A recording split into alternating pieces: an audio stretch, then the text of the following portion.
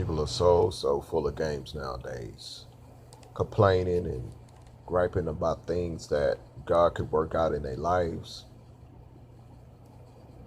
playing games with their souls, back and forth, in and out the world, in God 1 minute, out of God the next minute. Want God to do everything for them, but they don't want to surrender to Him. Don't want to live for Him. Doing everything they think big and bad enough under the sun. Living any kind of way. Knowing the right way, but still going the wrong way. Betraying people. Backstabbing folks, but don't want to be backstabbed and betrayed. Lying, cheating, stealing, conniving. Doing all things that they think they grown enough and big and bad enough to do. And then you got church people. They're supposed to be examples, supposed to be a light, but just playing games. Living one way on Sunday and doing everything from Monday through Sunday that they want to do. Living in a kind of way, talking in a kind of way, not striving for excellence and godliness, which will bring life, peace, and joy to their lives.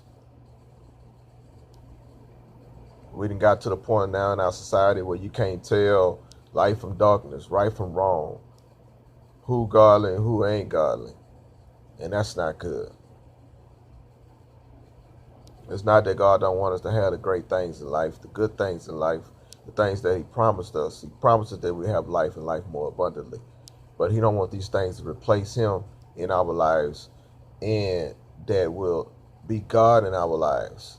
This is the same old story that's been going on since the beginning of time. It's one of the greatest tools, one of the greatest tricks and schemes of Satan.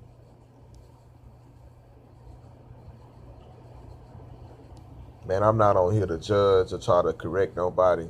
I'm just stating the facts. If it touch you, it touch you. If it don't, it don't. If it reach you, it reach you. If it won't, it won't. But I do know one thing, that eternity is a long time to be without a God that loves you. Jesus died on the cross. And for God so gave His Son to this world. For God so loved this world that He gave His only begotten Son, that whoever believes in Him will not perish but have everlasting life, now and forever. It's not only that God wants you to go and walk on those golden streets up there that are made of gold. He wants you to live a good life right here now in the flesh. So don't let the enemy tell you that lie that God don't want you to have anything, because that's not true either. But He don't want this stuff to replace Him in your life. It's an order. And let me speak on this thing of men and women. It's God, it's the husband, the wife, and then the children. And these children are so out of control because there's no structure in the household no more. Because society and TV and the media and social media tell you, let your child do whatever you want to. Be friends with them, so to speak. The worst thing they could have did was took prayer out of school and corporal punishment. Because these kids don't have the fear of God in them. They don't have the fear of their parents. They don't have fear of authority. And when I say fear, I mean a healthy fear, a healthy respect and reverence. Yes, sir, and no, ma'am will take you a long way in this society. And y'all stop talking about President Trump. Y'all pray for him. Particularly you black people. You pray for President Obama, so pray for the one that's in office right now. Don't be partial. Don't be biased. And maybe God will change his heart. And you pastor keep talking about this revival. Ain't no revival gonna come until holiness comes back, until righteousness come back into our churches and into our homes. Because those are two institutions that God works the most powerful through. And black folks, stop perpetuating what they say about us. Stop being so ignorant on social media, fighting and cussing and carrying on. Start taking advantage of the things that they're giving us. Turn it and flip it and make it work for the good of your life. I'm just a nobody trying to tell everybody about somebody. Life and experiences have taught me like never before, to trust and lean and depend on the one that's allowing my heart to pump and blood through it.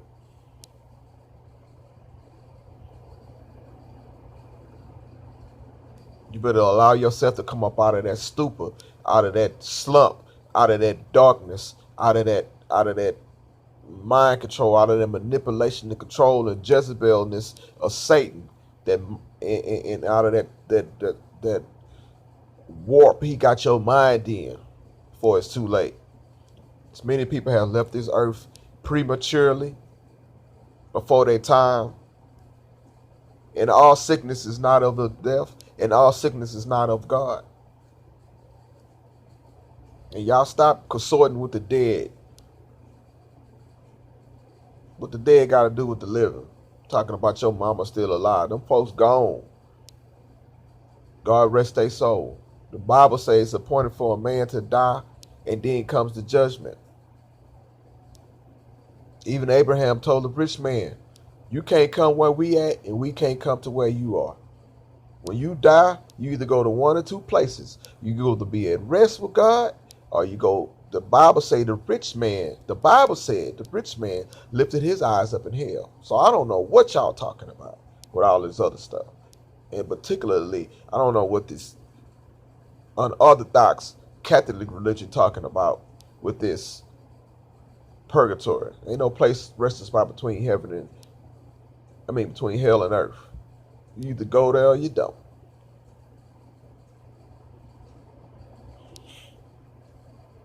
And you priests that's sleeping with these little boys, that's demonic, that's a spirit. And if you don't change from your way, hell and judgment is waiting on you. And you people kidnapping these kids, kidnapping these women and these children, you better stop it. Time is running out. Mankind time is running out on this earth. The rapture is soon to come, and then the judgment. Stop worrying so much about what's going on in the government, because Jesus is in control, and he's soon to return. This is your brother signing off, saying God bless.